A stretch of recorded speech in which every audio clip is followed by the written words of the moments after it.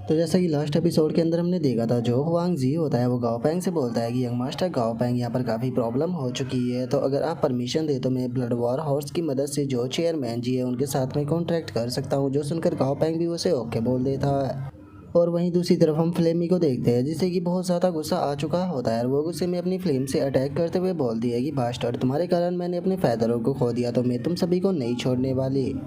और फ्लेमी के अटैक को करते के साथ ही हम देखते हैं कि वहाँ पर खड़ा हुआ वो मोस्टर जो होता है वो फ्लेमी को अटैकों को बहुत ही आसानी से डिस्ट्रॉय कर देता है। जिसे देखकर प्लेटिनम हैंड के ग्रुप का जो लीडर होता है वो उसे बोलता है कि तुम्हारी हिम्मत कैसे हो गई मुझे इंटरप्ट करने की, और इतना बोलकर वो अपने मोस्टर को ऑर्डर देता है कि इन सभी को यहीं पर ही ख़त्म कर दो। जो सुनते के साथ ही वो मोस्टर जो होता है वो भी उनके ऊपर अटैक करने के लिए आने लगता है, जिसे देखकर हुआंग जी जो होता है वो बोलता है कि ये मोस्टर तो बहुत ही ज़्यादा टेरिफाइंग है, फीमेल स्पाइडर, इसे तुम संभालो। जो सुनकर गाओ पैंग भी डमी को आगे आने के लिए बोल देता है। जो सुनते ही फीमेल स्पाइडर और जो डमी होते हैं वो दोनों अटैक करने के लिए जाने लगते हैं, और जैसे ही फीमेल स्पाइडर अटैक को करती है तो वो मोस्टर जो होता है वो उस फीमेल स्पाइडर के पैर को पकड़ लेता है। और इसी मौके का फ़ायदा उठाते हुए जो डमी होता है वो भी अटैक करने के लिए उस मोस्टर की तरफ जाने लगता है, लेकिन इससे पहले कि डमी अटैक को कर पाता अचानक से उसके सामने काफ़ी सारी बेलें आ जाती है, जिस कारण डमी वहीं पर ही रुक जाता है। जिसके बाद में अब हमें पता चलता है कि जो वहाँ पर खड़ा हुआ वो पिकॉक मोस्टर है, उसने इन पेलों का इस्तेमाल कर डमी को वहाँ पर रोका था। जो देखकर गाओ पैंग जो होता है वो चिल्लाते हुए डमी से बोलता है कि डमी, इस पिकॉक को इग्नोर करो और जो ये फैंस है इन्हें डिस्ट्रॉय कर फीमेल स्पाइडर की जाकर मदद करो। जो सुनते के साथ ही जो डमी होता है वो भी एक ही पंच में उन वेंस को तोड़ देता है, लेकिन तभी उसकी तरफ एक काफ़ी बड़ा पेड़ आने लगता है, जो देखकर गाओ पैंग भी अपने मन में सोचता है कि यकीन नहीं होता कि ये इतने बड़े ट्री को भी मैनिपुलेट कर सकता है। और गाओ पैंग के इतना सोचते ही जो डमी होता है वो भी अपनी स्पेशल स्किल का इस्तेमाल करते हुए जो उसके हाथ होते हैं उन्हें सॉलिड कर उस पेड़ को छोटे छोटे टुकड़ों में बांट देता है। और अब गाओ पैंग जो होता है वो अपने मन में सोचता है कि डमी तो जो डमी है वो फीमेल स्पाइडर तक नहीं पहुंच पा रहा, और चूँकि फीमेल स्पाइडर जो है वो अभी अभी लोड टीयर पर पहुंची है तो वो ज़्यादा पावरफुल नहीं है, इसीलिए बिना डमी की मदद के वो फाइट को नहीं जीत पाएगी। और इससे अलग अगर मैं यहाँ पर जो ये इनका मास्टर है इन्हें टारगेट करने की कोशिश करूँ तो ये उस पिकॉक के पीछे खड़ा हुआ है, जिस कारण मैं इसे टारगेट भी नहीं कर सकता। और इनसे भी बड़ी प्रॉब्लम जो है वो यहाँ पर पीकॉक है, जो कि ट्री को मैनिपुलेट कर सकता है, और चूँकि हम लोग जो है वो फॉरेस्ट के अंदर है जहाँ पर की भरमार ट्री मौजूद है, जिस कारण ये पीकॉक इस टाइम पर अपनी पीक पर है। और अब इतना सब बोलते के साथ ही गाओ पैंग को अचानक से एक आइडिया आता है, जो सोचकर गाओ पैंग को सोते हुए अपने मन में बोलता है कि 1 मिनट ऐसा किया जा सकता है। और अब इतना सोचकर गाओ पैंग जो होता है वो फ्लेमी से बोलता है कि फ्लेमी, जो अपनी फायर है उसका इस्तेमाल जो है वो यहाँ पर पेड़ों के ऊपर करो और जो सभी पेड़ है वो यहाँ पर जला दो। और अब गाओ पैंग की इस बात को सुनते के साथ ही जो फ्लेमी होती है वो भी अपनी फायर का इस्तेमाल करते हुए वो सभी जो पेड़ होते हैं उन्हें जलाना शुरू कर देती है। और इस चीज़ को देखने के बाद में प्लेटिनम हैंड के ग्रुप का जो लीडर होता है वो हंसते हुए बोलता है कि क्या सच में तुम्हें ऐसा लगता है कि ये चीज़ जो है वो यहाँ पर काम करेगी, सच में तुम तो बहुत बड़े बेवकूफ़ हो। और इतना बोलकर वो अपने पीकॉक को ऑर्डर देते हुए उसे बोलता है कि वेट पीकॉक जो चले हुए ट्री है उन्हीं से इनके ऊपर अटैक करना शुरू कर दो। जो सुनते के साथ ही जो पीकॉक होता है वो भी उन चले हुए ट्री को जो जियांग ये होता है उसके ऊपर शूट कर देता है, जिनसे प्रोटेक्ट करने के लिए फीमेल स्पाइडर जो होती है वो हुआंगिया के चारों तरफ एक शील्ड को बना देती है, लेकिन हम देखते हैं कि वो शील्ड भी हुआंगिया को प्रोटेक्ट नहीं कर पाती और सीधे वे पेड़ जाकर हुआंगिया से टकरा जाते हैं। जो देखकर गाओ पैंग जो होता है उसे हुआंगिया की चिंता होने लगती है, लेकिन तभी हुआंगिया जो होता है वो गाओ पैंग से बोलता है कि तुम्हें मेरी चिंता करने की कोई ज़रूरत नहीं, मैं ठीक हूँ, तुम फाइट के ऊपर फोकस करो।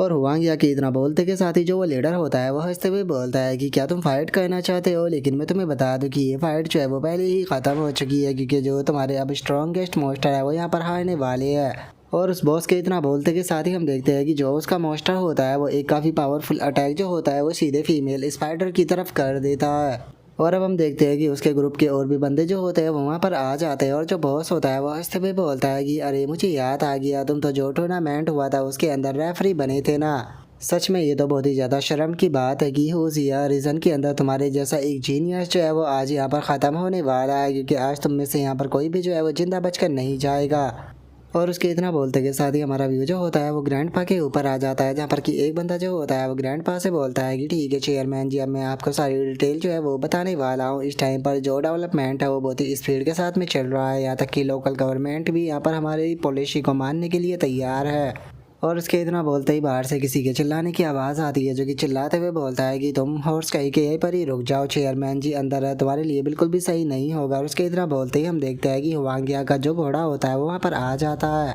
जो देखने के बाद में ग्रैंडपा जो होते हैं उन्हें भी कुछ समझ में नहीं आता और वे बोलते हैं कि आखिर यहाँ पर हो क्या रहा है। और ग्रैंडपा के इतना बोलते के साथ ही अंकल हान जो होते हैं वो ग्रैंडपा को बताते हैं कि चेयरमैन जी, ये जो हुआंगिया है उसका मॉन्स्टर है और उसने इसके साथ में ब्लड कॉन्ट्रैक्ट कर रखा है। जो सुनते के साथ ही ग्रैंडपा भी थोड़े से हैरान रह जाते हैं। और तभी ग्रैंडपा को याद आ जाता है कि जो हुआंगिया है वो तो गाओ पेंग के साथ में फॉरेस्ट के अंदर गया है, जिसे याद कर कर वो हैरान होते हुए मन में सोचते हैं कि एक मिनट, हुआंगिया तो गाओ पेंग के साथ में फॉरेस्ट के अंदर गया था, मुझे ये मत कहना कि गाओ पेंग मुसीबत में है। और उनके इतना बोलते ही हमारा व्यू गाओ पेंग के ऊपर आ जाता है, जहाँ पर कि प्लेटिनम हैंड के ग्रुप के सभी लोगों ने अपने मॉन्स्टर को निकाल कर गाओ पेंग और हुआंगिया को चारों तरफ से घेर लिया होता है।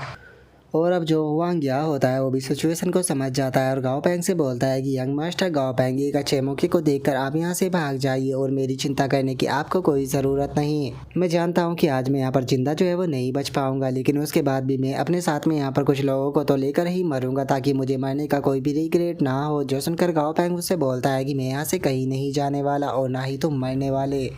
क्योंकि हकीकत तो यह है कि अभी तक मैंने अपना जो सीक्रेट वेपन है उसका इस्तेमाल ही नहीं किया है, तो इसीलिए अब टाइम आ चुका है हमारा जो सीक्रेट वेपन है उसका इस्तेमाल करने का।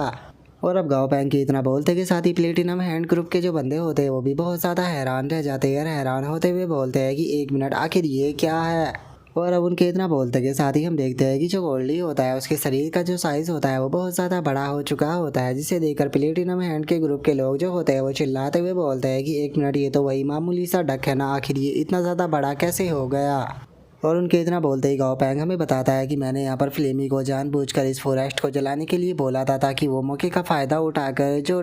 गोल्डी है उसे लेकर यहाँ से जा सके, जिसके बाद में वो मेरे बताए मुताबिक जो गोल्डी है उसकी पैसिव स्किल को एक्टिवेट कर सके। जिसका सबसे अच्छा तरीका यही है कि जो गोल्डी है उसे पीट पीट कर उठाया जाए। और गाओ पेंग की तरह बोलते के साथ ही हम देखते हैं कि कुछ टाइम पहले बेचारी जो फ्लेमी थी वो गोल्डी को कैसे पीट पीट कर उठा रही थी।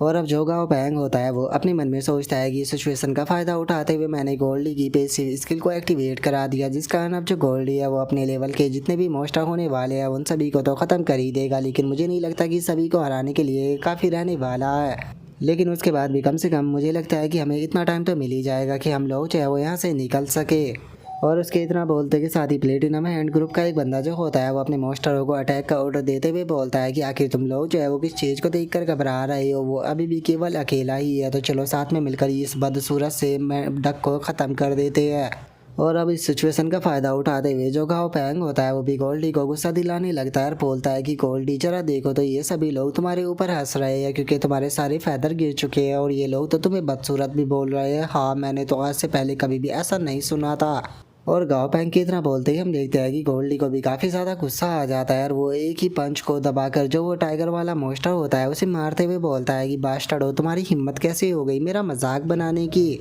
और इतना बोलकर अब जो गोल्डी होता है वो एक एक कर सभी मॉन्स्टर जो होते हैं उन्हें पीटना शुरू कर देता है और उन्हें पीटते हुए बोलता है कि मेरे सामने आज से पहले किसी ने भी इस तरह से मेरा मजाक नहीं उड़ाया, मैं तुम्हें नहीं छोड़ूंगा। और गोल्डी के इतना बोलते के साथ ही प्लेटिनम हैंड के ग्रुप का एक और बंदा जो होता है वो अपनी स्पाइडर को निकालते हुए बोलता है कि इस डक के साथ में हैंड टू हैंड फाइट करने की कोई ज़रूरत नहीं, इसकी स्ट्रेंथ जो है वो बहुत ज़्यादा अजीब है, तो इसीलिए मैं स्पाइडर वेब का इस्तेमाल कर कर इसे रोकने की कोशिश करता हूँ। और उस बंदे की इतना बोलते के साथ ही जो उसके स्पाइडर वेब होते हैं वे सभी जाकर गोल्डी की बॉडी के ऊपर चिपक जाते हैं, जिसे देखकर गोल्डी भी हैरान रह जाता है। जिसके बाद में अब एक बंदा चिल्लाते हुए बोलता है कि यही मौका है, जल्दी से जाकर उन दोनों को ख़त्म कर दो। जो सुनते के साथ ही एक और बंदा भी अपने मॉन्स्टर को गाओ पेंग की तरफ भेज देता है, जिसे देखकर हुआंगिया भी घबरा जाता है और अपने मन में सोचता है कि डैमिट, ये बहुत ज़्यादा बुरा है, हम लोग नहीं बच पाएंगे। और उसका इतना बोलते ही गाओ पेंग मुस्कुराते हुए अपने मन में सोचता है कि ऐसा नहीं है, सच बताऊँ तो मैं तो इसी मौके का इंतज़ार कर रहा था। और इतना सोचते के साथ ही गाओ पेंग जो होता है वो हुआंगिया को अचानक से वहाँ से धक्का दे देता है, जिस कारण वो अटैक जो होता है वो सीधे आकर गाओ पेंग के ऊपर टकरा जाता है, जिसे देखकर हुआंगिया भी हैरान रह जाता है। जिसे देखकर जो प्लेटिनम हैंड ग्रुप के बंदे होते हैं उसमें से एक बंदा हंसते हुए बोलता है कि चलो एक तो ख़त्म हुआ, अब दूसरे को ख़त्म करते हैं। जो सुनकर दूसरा बंदा हैरान होते हुए बोलता है कि नहीं, एक बार जरा उस तरफ देखो, वो तो पूरी तरह से सही सलामत है। और उनके इतना बोलते ही हम गाओ पैंग को देखते हैं जो कि सही सलामत खड़ा होता है क्योंकि उसने सारे डैमेज को जो गोल्डी था उसकी बॉडी के ऊपर ट्रांसफ़र कर दिया होता है। और अब इतना ज़्यादा डैमेज मिलने के कारण हम देखते हैं कि गोल्डी की बॉडी और भी बड़ी और पावरफुल हो जाती है, जिसे देखकर प्लेटिनम हैंड ग्रुप के बंदे भी घबराते हुए बोलते हैं कि आखिर ये डक दोबारा से बड़ा क्यों होने लगा। और उनके इतना बोलते ही हम देखते हैं कि गोल्डी जो होता है जिस मोस्टर ने गाओ पैंग के ऊपर अटैक किया था उसे केवल अपने पंजों से ही पकड़कर मार देता है। और गोल्डी के शरीर के इतने बड़े साइज को और उसकी पावर को देखने के बाद में अब प्लेटिनम हैंड ग्रुप के जो लोग होते हैं वो भी घबराने लगते हैं और घबराते हुए बोलते हैं कि क्या हम लोग इस मोस्टर को सच में हरा भी पाएंगे। और उनके इतना बोलते के साथ ही जो उनका लीडर होता है वो भी परेशान होते हुए अपने मन में सोचता है कि डैम इट, लगता है कि मैंने गलत कैलकुलेशन की थी, मुझे लगा था कि 8 लोग काफ़ी रहेंगे इन दोनों को ख़त्म करने के लिए। और अब इतना बोलते के साथ ही उस बंदे का ध्यान जो होता है वो वहाँ पर जो माउंटेन स्पिरिट होती है उसके ऊपर जाता है, जिसे देखकर वो अपने मन में सोचता है कि अगर माउंटेन स्पिरिट की बात की जाए तो उसका एवोल्यूशन जो है वो अभी भी आधे में है। और अब इतना सोचकर वो बंदा हंसते हुए बोलता है कि फाइनली जो माउंटेन स्पिरिट है उसका ब्रेक थ्रू हो चुका है, इस टाइम पर वो किंग लेवल पर पहुंच चुकी है। अब हम लोगों के सामने जो भी आएगा हम उसे ख़त्म कर देंगे, जिसकी शुरुआत हम यूनजाओ सिटी को पूरी तरह से बर्बाद कर करने वाले हैं। और अब उसकी इस बात को सुनते के साथ ही गाओ पैंग भी घबरा जाता है और घबराते हुए अपने मन में सोचता है कि क्या माउंटेन स्पिरिट जो है वो किंग लेवल पर पहुंच चुकी है, क्या इसका मतलब ये सभी बास्टर्ड यहाँ पर आए थे ताकि ये माउंटेन स्पिरिट को ब्रेक थ्रू करा सके। और उसके इतना बोलते के साथ ही हम माउंटेन स्पिरिट को देखते हैं जो कि अपने एवोल्यूशन के बीच में होती है और हम देखते हैं कि उसका लेवल जो होता है वो 50.5 हो चुका होता है और उसका एट्रीब्यूट जो होता है वो अर्थ होता है और उसका जो ग्रेड होता है वो एपिक होता है। और अब जो उनके ग्रुप का लीडर होता है वो हंसते हुए जो माउंटेन स्पिरिट होती है उसे बोलता है कि माउंटेन स्पिरिट किंग, इन सभी को यहीं पर ही ख़त्म कर दो, इनमें से कोई भी जो है वो बचकर जिंदा नहीं जाना चाहिए। और उनके इतना बोलते के साथ ही अचानक से हम देखते हैं कि जो माउंटेन स्पिरिट किंग होता है वो वहाँ पर आ जाता है, जिसे देखने के बाद में जो खुद वो ग्रुप का लीडर होता है वो भी हैरान रह जाता है। और वो हैरान होते हुए जो माउंटेन स्पिरिट किंग होता है उसे बोलता है कि माउंटेन स्पिरिट किंग, आखिर इस चीज़ का क्या मतलब है, तुम इन लोगों के साथ में आखिर हमें भी ट्रैप क्यों कर रहे हो। और इतना बोलकर इससे पहले कि वो बंदा जो है वो कुछ समझ पाता, अचानक से हम देखते हैं कि चारों तरफ अंधेरा हो जाता है। और अब हम देखते हैं कि वे लोग एक अजीब सी ही जगह पर आ चुके होते हैं जहाँ पर कि गाओ पैंग जो होता है वो हुआंगिया से पूछता है कि ओल्ड हुआंग आप ठीक तो है ना, जो सुनकर हुआंगिया भी उसे हाँ बोल देता है। जिसके बाद में अब गाओ पैंग जो होता है वो इधर उधर देखने लगता है, इधर उधर देखते हुए अपने मन में सोचता है कि ये जगह तो पूरी तरह से सील है, क्या हम लोग कहीं जो माउंटेन स्पिरिट थी उसके अंदर तो नहीं है। और इतना सोचकर गाओ पैंग जो होता है वो प्लेटिनम हैंड ग्रुप के जो लोग होते हैं उनकी तरफ देखने लगता है और उनकी तरफ देखते हुए अपने मन में सोचता है कि अगर इन लोगों की बात की जाए तो ये भी एक दूसरे के साथ में आर्ग्यू कर रहे हैं, ऐसा लगता है कि ये लोग माउंटेन स्पिरिट किंग को पूरी तरह से कंट्रोल नहीं कर सकते। और इतना सोचकर गाओ पैंग का ध्यान जो होता है वो एक होल की तरफ जाता है, जिसे देखकर वो अपने मन में सोचता है कि यहाँ पर एक होल जो है वो बना हुआ है, कहीं ऐसा तो नहीं कि ये एग्जिट हो, लेकिन इसके अंदर से मुझे काफ़ी हीट भी महसूस हो रही है, तो कुछ पता नहीं कि ये चीज़ हमें कहाँ पर लेकर चली जाए। और जहाँ तक मुझे लगता है कि अभी तक जो ग्रैंडपा है उन्हें भी सारी इन्फॉर्मेशन जो है उसके बारे में पता चल चुका होगा और वे जल्दी ही यहाँ पर पहुँच जाएंगे, तो इसीलिए बस हमें उनके यहाँ पर आने का इंतज़ार करना होगा, क्योंकि जैसे ही वे यहाँ पर आ जाएंगे तो उसके बाद में सारी सिचुएशन अपने आप संभल जाएगी। और उनके इतना बोलते ही हमारा व्यू ग्रैंडपा के ऊपर आ जाता है, जहाँ पर कि जो हान होता है वो ग्रैंडपा से बोलता है कि चेयरमैन जी, यहाँ पर सोर्सों के मुताबिक यंग मास्टर जो थे वो सिटी से बाहर गए थे, लेकिन उनकी एग्जैक्ट लोकेशन क्या थी उसके बारे में कोई इन्फॉर्मेशन नहीं है। लेकिन चूंकि जो मास्टर ट्रेनर होते हैं वो अपने बीस्ट के साथ में टेलीपैथी के द्वारा कम्युनिकेट करते हैं, तो इसीलिए एक सही रेंज के अंदर इस चीज़ से उनकी लोकेशन जो है उसके बारे में पता किया जा सकता है। जो सुनकर ग्रैंडपा बोलता है कि बहुत बढ़िया, तुमने अच्छा काम किया। और इतना बोलते के साथ ही अब जो ग्रैंडपा होते हैं वो गुस्से में वहाँ से चले जाते हैं और वहाँ से जाते हुए बोलते हैं कि बहुत बढ़िया, अब मैं भी देखना चाहता हूँ कि आखिर किसके अंदर इतनी हिम्मत आ गई जो कि वो यहाँ पर मेरे ग्रैंड सन को टच करने के बारे में सोच रहा है। और ग्रैंडपा के इतना सोचते के साथ ही हमारा व्यू प्लेटिनम हैंड के ग्रुप के जो लोग होते हैं उनके ऊपर आ जाता है, जो कि लाइट जलाकर इधर उधर रास्ता ढूंढने की कोशिश कर रहे होते हैं। और जो गाओ पैंग होता है वो इन लोगों को देखते हुए अपने मन में सोचता है कि यहाँ पर बनी हुई जो ये दीवारें है ये बहुत ही ज़्यादा स्ट्रॉन्ग है, इसे बिल्कुल भी तोड़ा नहीं जा सकता। वैसे भी ये एक लोड टीयर का मोस्टर है, अगर ये कमांडर टीयर का मोस्टर होता तो शायद इन वॉलों को तोड़ा जा सकता था। और वैसे भी माउंटेन स्पिरिट जो है वो कोई बेवकूफ़ नहीं है जो कि वो यहाँ पर ऐसे ही लोगों को ट्रैप कर लेगा। मुझे पक्का यकीन है, चाहे ये लोग कितनी भी कोशिश क्यों ना कर ले, लेकिन माउंटेन स्पिरिट किंग जो है वो इन लोगों को यहाँ से बाहर जाने नहीं देने वाला। और इतना सोचकर अब गाओ पेंग जो होता है वो फ्लेमी से बोलता है कि फ्लेमी, अगर तुम कुछ भी नहीं कर रही हो तो गोल्डी की जो बट है उसके ऊपर अपनी चोंच मार दो, बस इमरजेंसी के लिए। जो सुनने के बाद में फ्लेमी भी ओके बोल देती है। जिसके बाद में अब हमारा व्यू जो होता है वो थोड़ी देर बाद पर आ जाता है, जहाँ पर कि अब गाओ पेंग को काफ़ी ज़्यादा गर्मी लगने लगती है। और गाओ पेंग जो होता है वो बोलता है कि यहाँ पर तो गर्मी जो है वो बढ़ती ही जा रही है, अगर ऐसे ही चलता रहा तो चाहे हम कुछ भी ना हो उसके बाद भी हम लोग प्यास से ही मर जाएंगे। और गाओ पेंग के इतना सोचते के साथ ही प्लेटिनम हैंड ग्रुप का जो लीडर होता है वो गाओ पेंग के पास में आ जाता है और उसके पास में आते हुए बोलता है कि इस टाइम पर सिचुएशन बिल्कुल भी सही नहीं है, तो कैसा रहेगा कि अगर हम लोग जो है वो यहाँ पर अपनी प्रॉब्लमों को साइड में रखकर एक साथ में मिलकर सर्वाइव करने के बारे में सोचे। तो मुझे लगता है कि अगर हम लोग साथ में मिलकर काम करें तो हम लोग सर्वाइव जो है वो कर सकते हैं। मेरे पास में एक तरीका है, लेकिन उसके लिए मुझे थोड़ा टाइम चाहिए होगा। जो सुनकर गाओ पेंग जो होता है वो उसे बोलता है कि अच्छा, तो तुम्हारे पास में क्या आइडिया है। जो सुनकर वो लीडर गाओ पेंग को बताता है कि तुम भी जानते हो कि माउंटेन स्पीड जो है वो इस टाइम पर अपने एवोल्यूशन के बीच में है, और एवोल्यूशन के लिए इसे बहुत ही बड़ी मात्रा में एनर्जी की ज़रूरत है। यही कारण है कि ये हम लोगों को खाना चाहती है, क्योंकि इसे हमारे अंदर बहुत ही ज़्यादा एनर्जी नज़र आ रही है। और अगर मैं सही हूँ तो जो ये होल है ये माउंटेन स्प्रिट के कोर तक जाता है, जिसका इसके अंदर से इतनी ज़्यादा एनर्जी निकल रही है ताकि हम लोग जो है वो यहाँ पर प्यास से मर सके, जिसके बाद में ये हमारी जो लाशें होगी उसे स्वेलो कर लेगी। लेकिन अगर हम अपने कुछ बीस्टों को इसके अंदर भेजकर उन्हें सेक्रीफाइस कर दे तो माउंटेन स्पिरिट जो है उन्हें खाने लगेगा, जिसके बाद में वो हीट छोड़ना बंद कर देगा और हमारे पास में यहाँ पर सर्वाइव करने का एक मौका होगा। जो सुनते के साथ ही गाओ पेंग जो होता है वो उससे बोलता है कि तुम्हारी बात तो ठीक है, लेकिन सेक्रीफाइस करने के लिए आखिर हम लोग जो है वो यहाँ पर बीस्टों को कहाँ ढूंढेंगे। और इतना बोलते के साथ ही गाओ पेंग जो होता है वो अचानक से हैरान रह जाता है। हैरान होते हुए उससे बोलता है कि एक मिनट रुको, कहीं तुम ये तो नहीं कहना चाहते हो कि हमें अपने जो बीस्ट है उन्हें सेक्रीफाइस करना होगा। जो सुनते के साथ ही वो लीडर जो होता है वो गाओ पेंग से बोलता है कि हाँ बिल्कुल, हम एक एक कर अपने जो मोस्टर है उन्हें सेक्रीफाइस होने के लिए अंदर भेजेंगे। एक मोस्टर को मैं भेजूंगा और एक को तुम भेजोगे, लेकिन चूंकि मैंने तुम्हारे ऊपर अटैक किया था तो तुम मेरी बात के ऊपर यकीन नहीं करोगे, तो इसीलिए अपने यहाँ पर अच्छाई को दिखाते हुए सबसे पहले अपना मोस्टर जो है वो मैं सेंड करूँगा। और अब इतना बोलते के साथ ही वो बंदा जो होता है वो अपने एक मोस्टर को अंदर भेज देता है, जो देखकर गाओ पेंग जो होता है वो उस बंदे को रोकने की कोशिश करता है, लेकिन अब इस चीज़ के लिए काफ़ी देर हो चुकी होती है। जिसके बाद में अब वो लीडर जो होता है वो गाओ पेंग की तरफ देखते हुए उसे बोलता है कि ठीक है, मैंने अपनी ईमानदारी जो है वो दिखा दी, तो अब अपने मोस्टर को भेजने की बारी तुम्हारी है, तो तुम कौन से मोस्टर को भेजोगे। जो सुनकर गाओ पेंग उसे बोलता है कि मैं इस चीज़ को बिल्कुल भी नहीं करने वाला, क्योंकि मेरे बीस्ट मेरे लिए कोई मॉन्स्टर नहीं है, बल्कि वे मेरे दोस्त है, और मैं अपने दोस्तों को खुद की जान बचाने के लिए सेक्रीफाइस होता हुआ नहीं देख सकता। और इतना बोलते के साथ ही गाओ पेंग का ध्यान जो होता है वो स्टेरपी के ऊपर जाता है, जो कि उस हॉल के अंदर जा रही होती है। जो देखकर गाओ पेंग चिल्लाते हुए बोलता है कि स्टेरपी, आखिर तुम ये क्या कर रही हो। जो सुनकर स्टेरपी गाओ पेंग से बोलती है कि गाओ पेंग टेंशन मत लो, मैं तो इस हॉल के आगे अड़कर इसके अंदर से आने वाली हीट को रोक रही हूँ, मैं बस अभी वापस आती हूँ। और स्टेरपी के इतना बोलते के साथ ही वहाँ पर खड़ी हुई एक लड़की जो होती है वो हंसते हुए बोलती है कि सच में होजिया रीजन के जो लोग हैं वो तो बहुत ही बड़े ड्रामेबाज है। तुम इस तरह से एक्टिंग कर रहे हो जैसे कि उसकी तुम्हें बहुत ज़्यादा चिंता हो, लेकिन मैं जानती हूँ कि तुम शुरू से ही उस मकड़ी को सेक्रीफाइस करने के बारे में सोच रहे थे। और उस लड़की की इस बात को सुनकर गाओ पेंग को उसके ऊपर बहुत ज़्यादा गुस्सा आ जाता है, और गुस्से में उसकी तरफ देखते हुए उससे बोलता है कि तुम्हारी ऐसा कहने की हिम्मत कैसे हो गई। और इतना बोलते के साथ ही हम देखते हैं कि गाओ पेंग जो होता है वो जाकर उस लड़की के मुंह के ऊपर खिंचाकर एक पंच मारता है।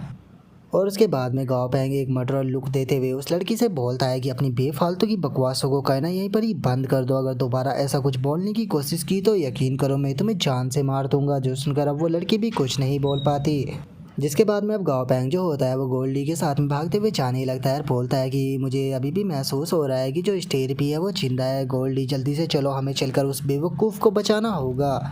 और उनके इतना बोलते के साथ ही प्लेटिनम ग्रुप का एक बंदा जो होता है वो अपने लीडर के पास में आते हुए उससे बोलता है कि बॉस, ये तो अपने एक मॉन्स्टर के लिए ही इतने ज़्यादा ड्रामे कर रहे हैं, मुझे नहीं लगता कि ये हमारे साथ में कोऑपरेट करेंगे। जो सुनते के साथ ही वो लीडर जो होता है वो बोलता है कि छोड़ो, ये लोग खुद अंदर जा रहे हैं तो इसीलिए ये भी मरने वाले हैं, इनकी ज़िंदगी जो है वो हमें थोड़ा सा टाइम दे देगी। और उसके इतना बोलते के साथ ही अचानक से वो जगह जो होती है वो हिलना शुरू हो जाती है, और हम देखते हैं कि ऊपर से जो चट्टानें होती है वो भी टूट कर ज़मीन पर गिरने लगती है। और हम देखते हैं कि फाइनली जो ग्रैंडपा होते हैं वो वाइट ड्रैगन के साथ में वहाँ पर आ चुके होते हैं, जिन्होंने कि ऊपर से माउंटेन को भी तोड़ दिया होता है। और अब जो ग्रैंडपा होते हैं वो चिल्लाते हुए गाओ पेंग से पूछते हैं कि गाओ पेंग, तुम ठीक तो हो ना, कहीं तुम्हें चोट तो नहीं लग गई। जो सुनकर गाओ पेंग बोलता है कि ग्रैंडपा टेंशन मत लीजिए, मैं पूरी तरह से ठीक हूँ। लेकिन ग्रैंडपा मुझे आपकी थोड़ी सी मदद चाहिए। क्या आप वाइट ड्रैगन का इस्तेमाल कर जो ये वॉल है इसे तोड़ सकते हो, क्योंकि बेवकूफ़ स्टेरपी जो है वो इसके अंदर चली गई। जो सुनकर ग्रैंडपा बोलते हैं कि टेंशन मत लो, मैं अभी इसे करता हूँ, एक बार जरा तुम थोड़ा पीछे हट जाओ, कहीं तुम्हें चोट ना लग जाए। और अब इतना बोलते के साथ ही जो ग्रैंडपा होते हैं वो वाइट ड्रैगन की मदद से जो वो वॉल होती है उसे तोड़ देते हैं। और जैसे ही वॉल टूटती है तो उसके अंदर हमें एक और बहुत बड़ा गड्ढा नजर आता है, जिसे देखकर गाओ पैंग भी परेशान होते हुए अपने मन में सोचता है कि डैमिट, यहाँ पर तो एक और होल जो है वो बना हुआ है और ये कितना गहरा है, मैं तो इसके नीचे तक भी नहीं देख पा रहा हूँ। स्टेरपी, क्या तुम अभी भी इसके अंदर हो? अगर अंदर हो तो जल्दी से मुझे आवाज़ दो और फिर वापस आ जाओ। और गाँव पैंग के इतना बोलते के साथ ही हमें स्टेरपी की आवाज़ आती है, जो कि बोलती है कि मुझे बहुत नींद आ रही है।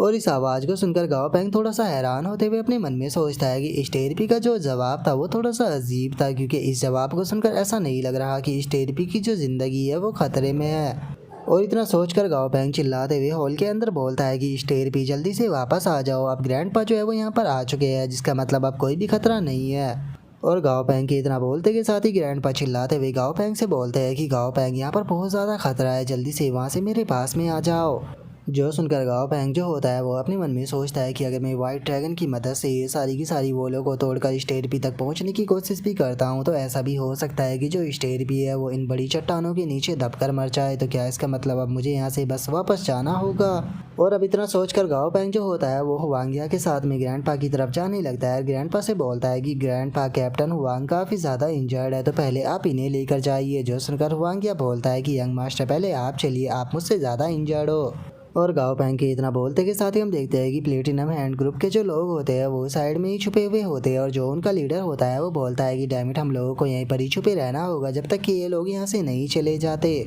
और उन लोगों के इतना बोलते के साथ ही गाँव पैंग जो होता है वो गुस्से से उन लोगों की तरफ देखते हुए उनसे बोलता है कि क्या तुम्हें सच में ऐसा लगा था कि मैं तुम लोगों के बारे में भूल गया होऊंगा?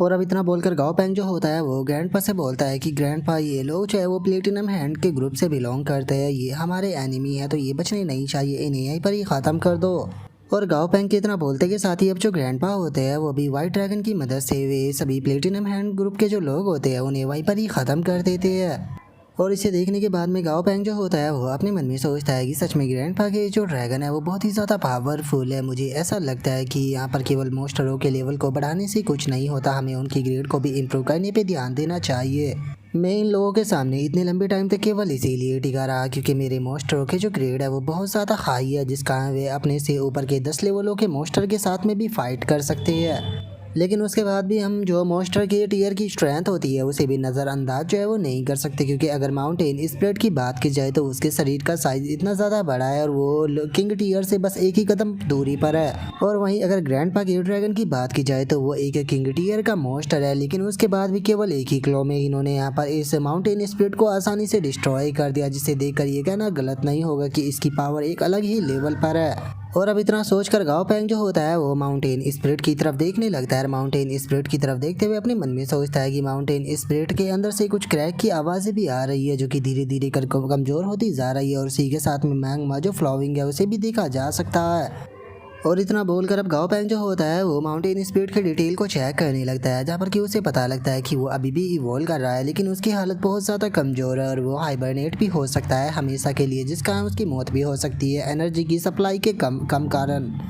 और अब इस चीज़ को देखकर गाँव पैंग अपने मन में सोचता है कि ये काफ़ी अजीब है, क्योंकि माउंटेन स्पिरिट की जो वैटिलिटी है वो लगातार कमज़ोर होती जा रही है और उसी के साथ में मैं स्टेरपी की जो लाइफ फोर्स है उसे लगातार बढ़ते हुए महसूस कर रहा हूँ। और इतना सोचकर अब गाँव पैंग जो होता है वो ग्रैंडपा से बोलता है कि ग्रैंडपा, जो माउंटेन स्पिरिट है, क्या आप उन्हें मारने के लिए जो ड्रैगन है उसे भेजने वाले हो? जो सुनकर ग्रैंडपा बोलते हैं कि क्या तुम माउंटेन स्पिरिट को मरवाना चाहते हो?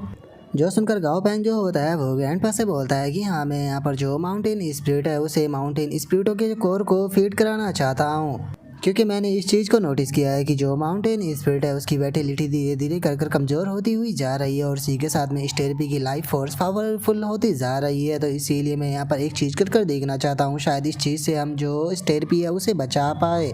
और गाँव पैंग की इस बात को सुनते के साथ ही जो ग्रैंडपा होते हैं वो भी ड्रैगन को अटैक करने के लिए भेज देते हैं। जो देखते के साथ ही वो वहाँ पर जो बाकी की माउंटेन स्पिरिटें होती है उनके ऊपर अटैक कर जो उनके स्पिरिट कोर होते हैं कुछ ही पल में उन्हें लेकर आ जाता है। और उसके बाद में जो ये माउंटेन स्पिरिटों के कोर होते हैं उन्हें लाकर माउंटेन स्पिरिट किंग जो होता है उसकी बॉडी के ऊपर डाल देता है, जहाँ पर कि उसकी बॉडी जो होती है वो भी उन माउंटेन स्पिरिट के कोरों को एब्जॉर्ब कर लेता है। और अब गाओ पेंग जैसे ही उस माउंटेन स्पिरिट की कंडीशन को चेक करता है तो उसकी कंडीशन वहाँ पर नहीं दिखाई जाती और उसका जो इवोल्यूशन होता है वो भी फेल हो चुका होता है। और हमें बताया जाता है कि इसके अंदर एक न्यू लाइफ जो है वो बॉर्न हो रही है,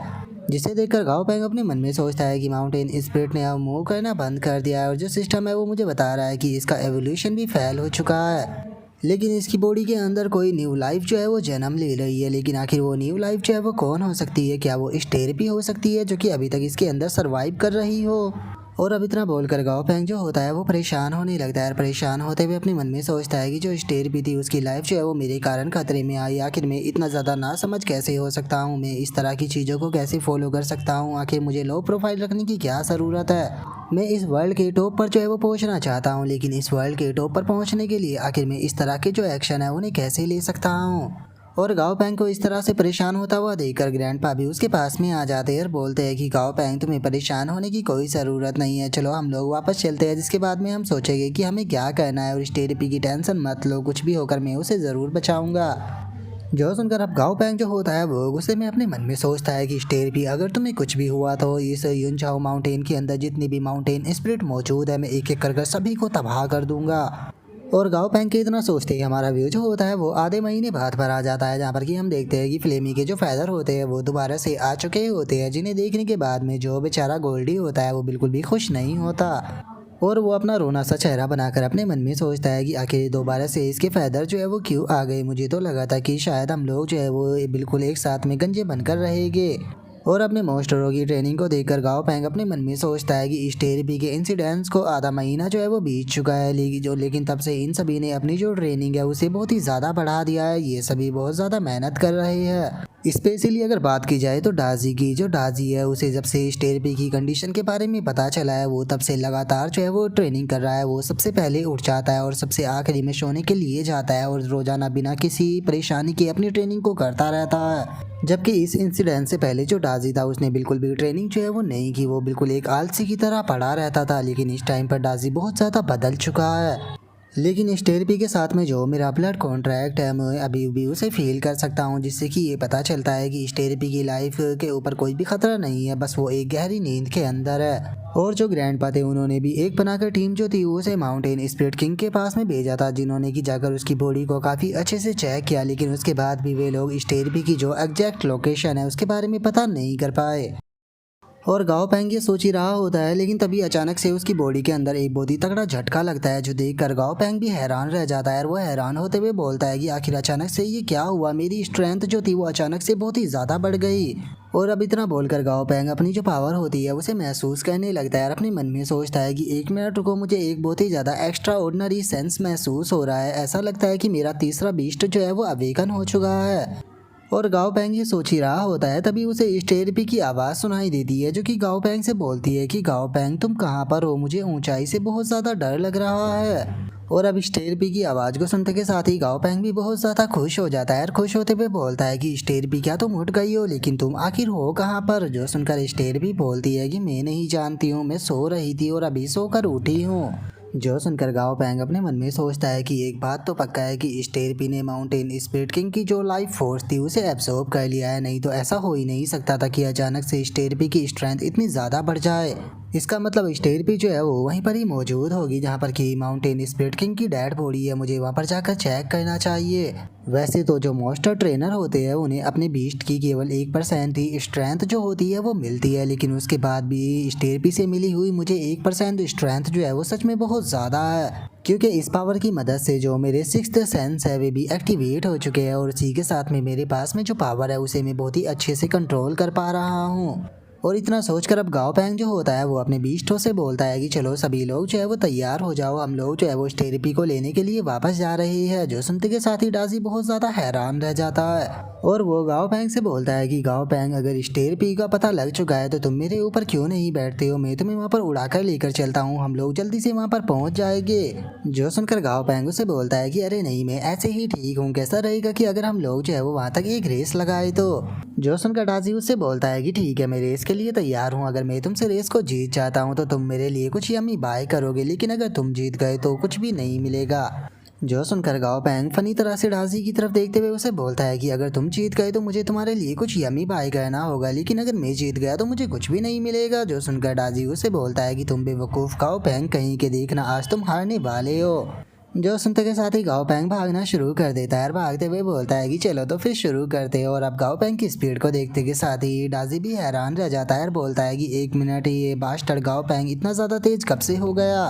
पक्का जो डमी है वो गाओ पैंग का साथ दे रहा है, वो उसे लेकर भाग रहा होगा। डमी बास्टर्ड कहीं के, उसे यहीं पर ही नीचे उतारो, हम दोनों की रेस लगी है। जो सुनकर बेचारे डमी को कुछ भी समझ में नहीं आता। और डाजी के अब इतना बोलते ही हमारा व्यू स्टेरपी के ऊपर आ जाता है, जहाँ पर कि गाओ पैंग स्टेरपी से बोलता है कि स्टेरपी डरना मत, मैं तुम्हारे पास में आ रहा हूँ। जो सुनकर स्टेरपी अपने मन में सोचती है कि क्या गाओ पैंग यहाँ पर आ रहा है। और अब इतना सोचकर जो स्टेरपी होती है वो आसपास के नज़ारे को देखने लगती है और आसपास देखते हुए अपने मन में सोचती है कि आखिर ये जगह कौन सी है और यहाँ पर इतनी ज़्यादा ऊंचाई क्यों है। और स्टेरपी के इतना सोचते के साथ ही हम देख पाते हैं कि जो स्टेरपी का शरीर का साइज होता है वो बहुत ज़्यादा बड़ा हो चुका होता है और अब वो खुद एक माउंटेन स्प्रिट की तरह लग रही होती है। और अब फाइनली गाओ पैंग भी वहाँ पर आ जाता है। और स्टेरपी के शरीर के साइज को देखने के बाद में जो सिली होती है वो घबराते हुए बोलती है कि ये तो बड़ी मछली है, जल्दी से यहाँ से भागो। जो सुनकर डाजी भी बोलता है कि गाओ पैंग जल्दी से यहाँ से भागो, ये खतरा है। और उसके इतना बोलते के साथ ही गाओ पैंग जो होता है वो सिली को आगे करते हुए उससे बोलता है कि सिली, एक बार जरा तुम ध्यान से क्यों नहीं देखती कि वो कौन है। जो सुनते के साथ ही हम देखते हैं कि जो बेचारी सिली होती है वो तो डर के मारे ही बेहोश हो जाती है।